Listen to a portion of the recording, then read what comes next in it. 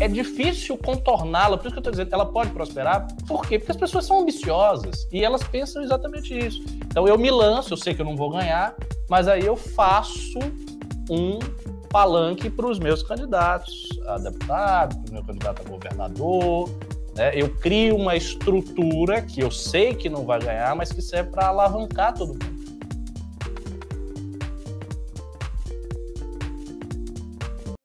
O bafafá que se ouve cada vez mais é uma unificação das candidaturas. Preste atenção que esse aqui é o ponto central. No Lula, calma. Como se já não tivesse apoio suficiente. É pouco. Assim, os partidos vão se unificar num apoio no Lula no segundo turno. Que legal. E, na falta de imunidade no primeiro, todo mundo vai falar o famoso farinha pouca, meu pirão primeiro. Então todos soltemos deputado, candidatos a presidente, porque aí todo mundo faz deputado. Entendeu? Que é o que o Lula quer. O Lula quer agora que todo mundo vai, solta aí candidato, porque o Lula quer que vá quem para o segundo turno com ele? O Bolsonaro. Lógico. Então o que o Lula está trabalhando hoje, prestem bem atenção aqui. Uma espécie de balcanização. Balcanização da oposição. Então, por exemplo, um partido o MDB, solta a candidatura.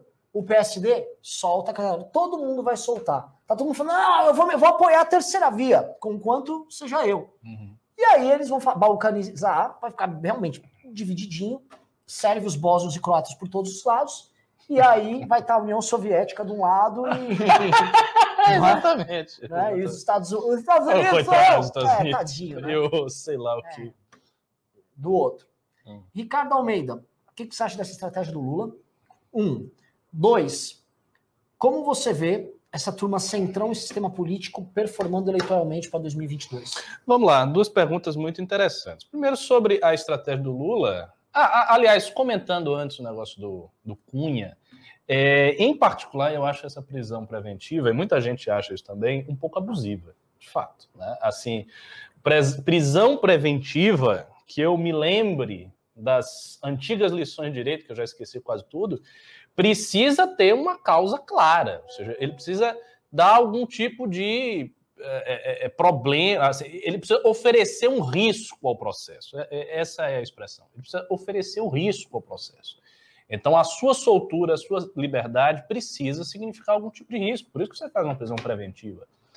E o Cunha não oferece risco, não oferecia risco. O que ele ia fazer com a Lava Jato? Ele ia mandar matar os procuradores da Lava Jato, ele ia invadir, roubar os processos, ele ia usar a sua grande influência política para derrubar o sistema inteiro? Claro que não. Diversos políticos estão aí soltos e que poderiam também usar a sua influência para derrubar a Lava Jato. E, na verdade, o único que usou mesmo foi o Bolsonaro, quando se tornou presidente. Que é o que tem a menor influência de todas. Exatamente. Então, é óbvio que a prisão dele, especificamente, era uma prisão assim, que me parecia abusiva. Então, eu acho que a decisão é correta nesse sentido. Algumas prisões que a Lava Jato efetuou naquele esforço de buscar os delatores, de conseguir derrubar o sistema de corrupção brasileiro, que existe, de fato, foram prisões abusivas e prisões forçadas. Então, essas decisões, quando revistas, eu não vejo problema nenhum. Mas a gente sabe que não é só isso. Né? Várias pessoas que teriam razão de estar presas não serão mais, porque, enfim, o sistema deu um jeito de dar a volta por cima. Agora, indo a isso, para comentar aí a estratégia do Lula, eu acho que a estratégia do Lula é brilhante. Brilhante. E, novamente, vou repetir o meu mantra. Eu acho que o PT está muito bem posicionado. E tudo que o PT está fazendo segue uma linha lógica, coerente, racional, que faz sentido. Faz todo sentido para o Lula ter isso. Por quê? Porque ele sabe que, uma vez a oposição estando balcanizada, estando dividida, estando pulverizada, ninguém vai conseguir tirar o Bolsonaro. Então ele vai para o segundo turno com o Bolsonaro e automaticamente ele vai receber todo o apoio institucional, da mídia, dos partidos políticos, todo esse apoio vai convergir quase que automaticamente para ele. Não é nenhum grande problema ele ter deputados e senadores vinculados a essas lideranças. Não é problema para ele ter uma Câmara dos Deputados com muita gente do PSD, muita gente do PSDB, muita gente do PSDB não vai ter, né?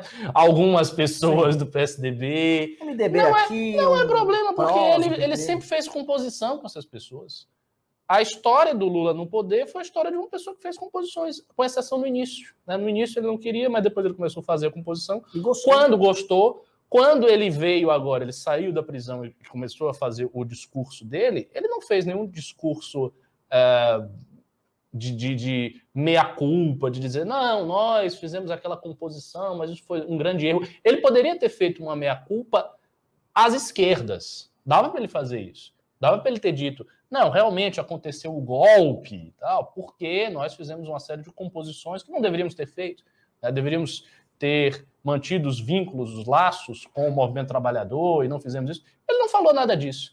Ele continuou um estilo Lula, paz e amor, um estilo eu sou maduro, eu tenho uma governança, a gente tem que conversar com todo mundo, do empresário ao sindicato, com os partidos, e o Bolsonaro não faz isso.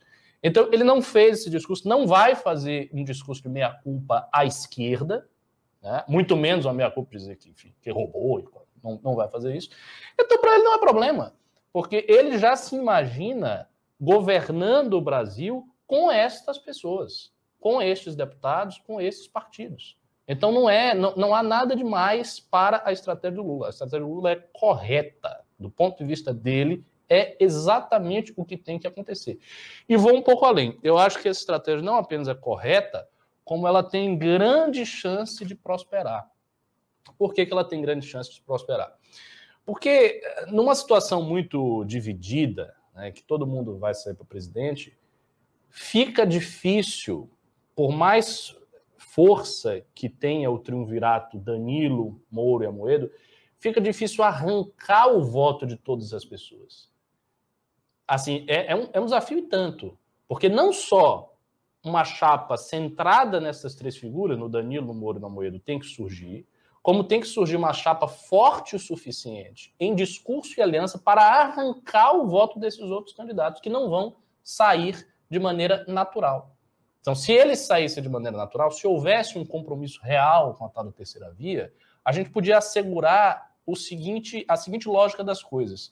Vai um candidato de terceira via com discurso forte, esse candidato tem mais voto que todos os outros, como todos os outros firmaram um compromisso de não saírem se o candidato que tiver mais voto for fulano de tal, então fulano de tal vai ter um espaço de crescimento eleitoral muito maior. Mas não é isso que vai acontecer.